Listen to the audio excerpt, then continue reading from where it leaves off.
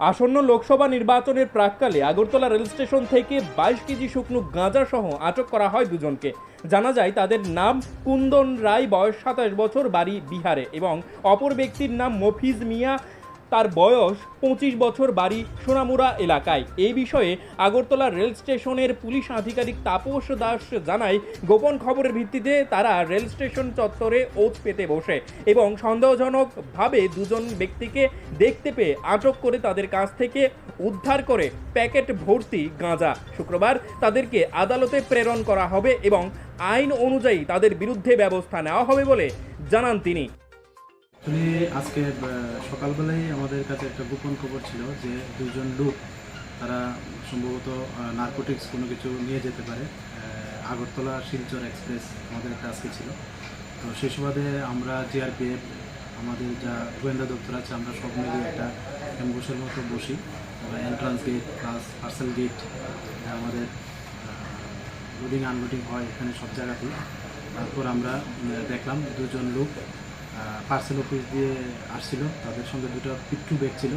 তো আমাদের সাসপেক্ট হয় যে ওরাই হবে।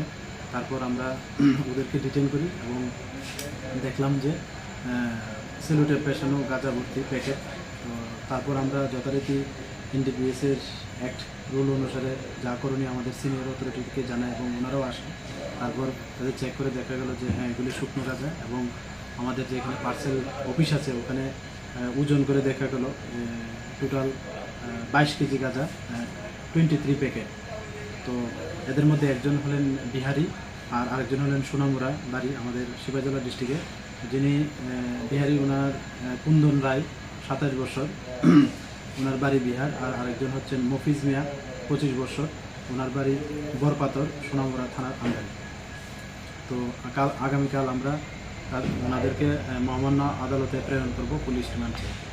মানে কোথায় থেকে তারা কোথায় নিয়ে যাচ্ছিল এবং কেন নিয়ে যাচ্ছিল, যদি কিছু কি জানা গেছে?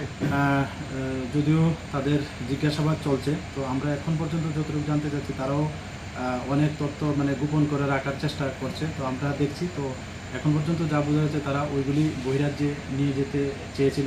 ওই আগরতলা যে শিলচর প্যাসেঞ্জার বাস ট্রেন ছিল, ওটা দিয়ে তারা যেতে চেয়েছিল এবং ওইখানেই তারা হয়তো কাউকে আবার ওইগুলো ডিস্ট্রিবিউট করবে। ত্রিপুরার কোন জায়গার থেকে এগুলো নিয়ে যাচ্ছিল? অ্যাকচুয়ালি তারা তো আগরতলা থেকে এসেছে, একজনের বাড়ি সোনামুড়া, একজনের বাড়ি বিহার। তো একজাক্ট কোন জায়গা থেকে তারা এগুলি কালেক্ট করেছে এগুলি আমরা এখনও জানতে পারিনি। আমরা ইন্টারোগেশন চলছে, দেখি কি আসে। তবে কি আরও আছে কেউ তাদের সাথে? আমরা ইন্টারোগেশন চলছে, দেখা যাক, অবশ্যই থাকবে আশা করি। তো আমরা এই বিষয়গুলো খতিয়ে দেখছি। Thank you. News live 24 Tripura.